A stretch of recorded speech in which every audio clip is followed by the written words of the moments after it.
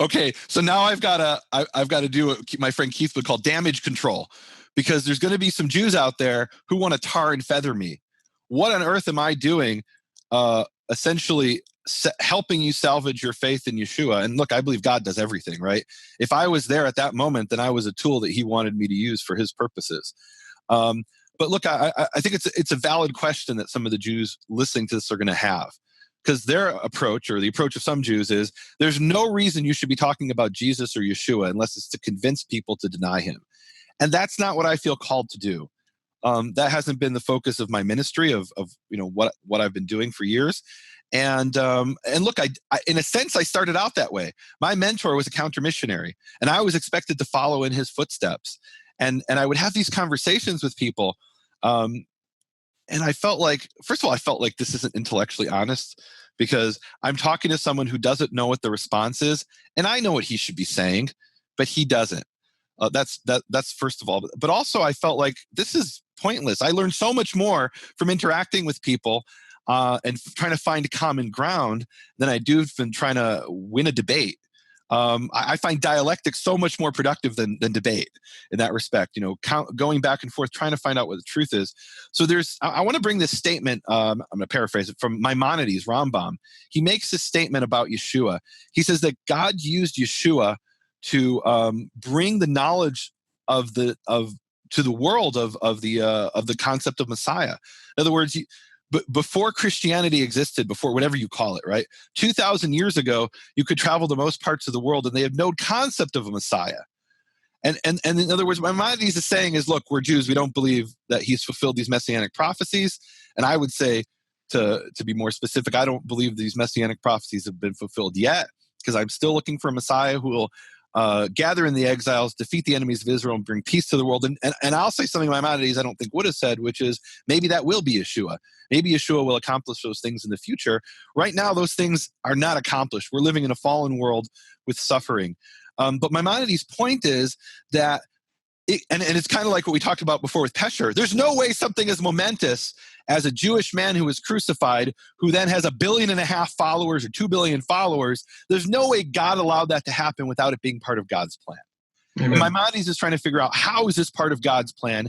And he proposes this radical idea. And I think he could only propose it because he lived in a Muslim country. In a Christian country, he would have been murdered for saying this.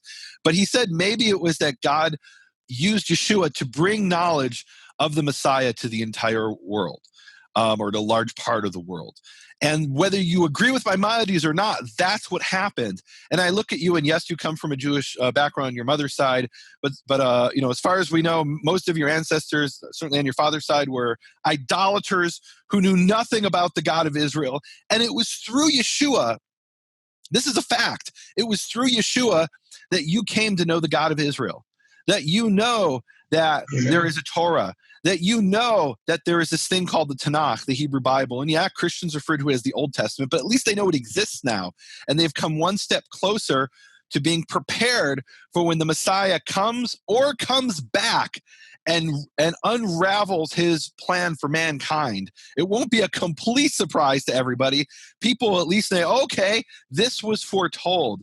And this is an image we see in Isaiah. I send out my word upon the water, and it comes back to me having accomplished its mission. And maybe Yeshua was that word, or one of those words, that he was part of that divine plan. I know I'm going to get a lot of trouble for that, but I don't care. I've said this throughout my ministry. My purpose is to empower people with information so that people can work it out for themselves in fear and trembling, with prayer and study before the creator of the universe. And you've done that. You did it the way that God led you to do it, not the way that I've done it, because God hasn't led me to that at this point in my life. But you did it the way God led you to do it, and I respect that. I think, how do I put this?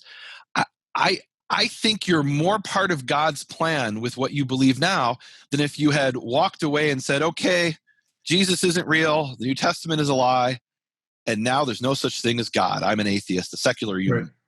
You have a faith, and your faith has led you to do wonderful things. I know you were doing work helping people in Fiji, and doing all kinds of what you call mission work, but trying to help people. And I think it's because of your faith that you did that. And so I think it makes you a better person. This isn't to say that everyone who has faith is a better person.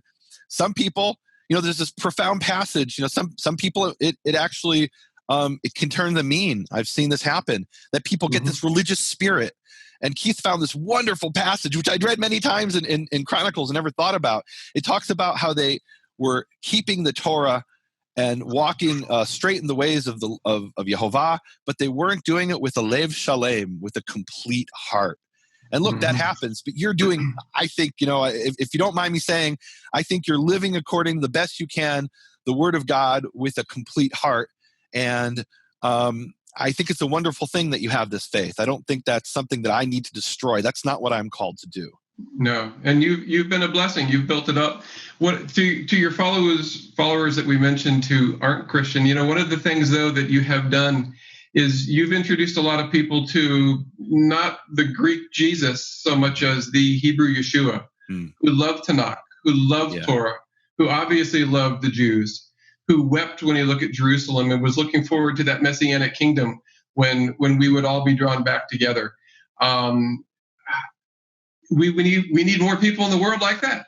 We need more people in the world who love Torah. Dr. Mark, I was raised that whenever you said the name Yeshua, you were supposed to call him Yeshu, which we were told is an acronym for his name and memory. May his name and memory be blotted out. And now I would never say that because I look at Yeshua as a brother. He's actually my cousin, and I'm not trying to be funny. I've done my genealogy, found out I think he's like my 33rd cousin or so. I don't remember the exact number. But he's literally my cousin. And he is a person who has had a profound impact on nearly 2 billion people in the world. And so we should at least acknowledge that and understand that. And, we have a perspective on it as Jews that it's, like Maimonides explained, but it has brought people to all over the world to know the God of Israel. People who, if we came to them with the Torah, I don't know if they would have been prepared immediately to accept it. These were people who were, engaging in human sacrifice and, literally like, the Scandinavians, for example, who used to cut people's back open and pull their lungs out from their back. And horrific things. And now these people know about the God of Israel. And so I do believe this is part of the creator of the universe's plan. And I don't understand the entire plan, right? I don't. I'm like Job. Why is this happening? Why are some things happening to me, to other people? There's horrible things that are happening in the world. I don't know how it's part of God's plan, but I do believe it is because he's in control of the universe.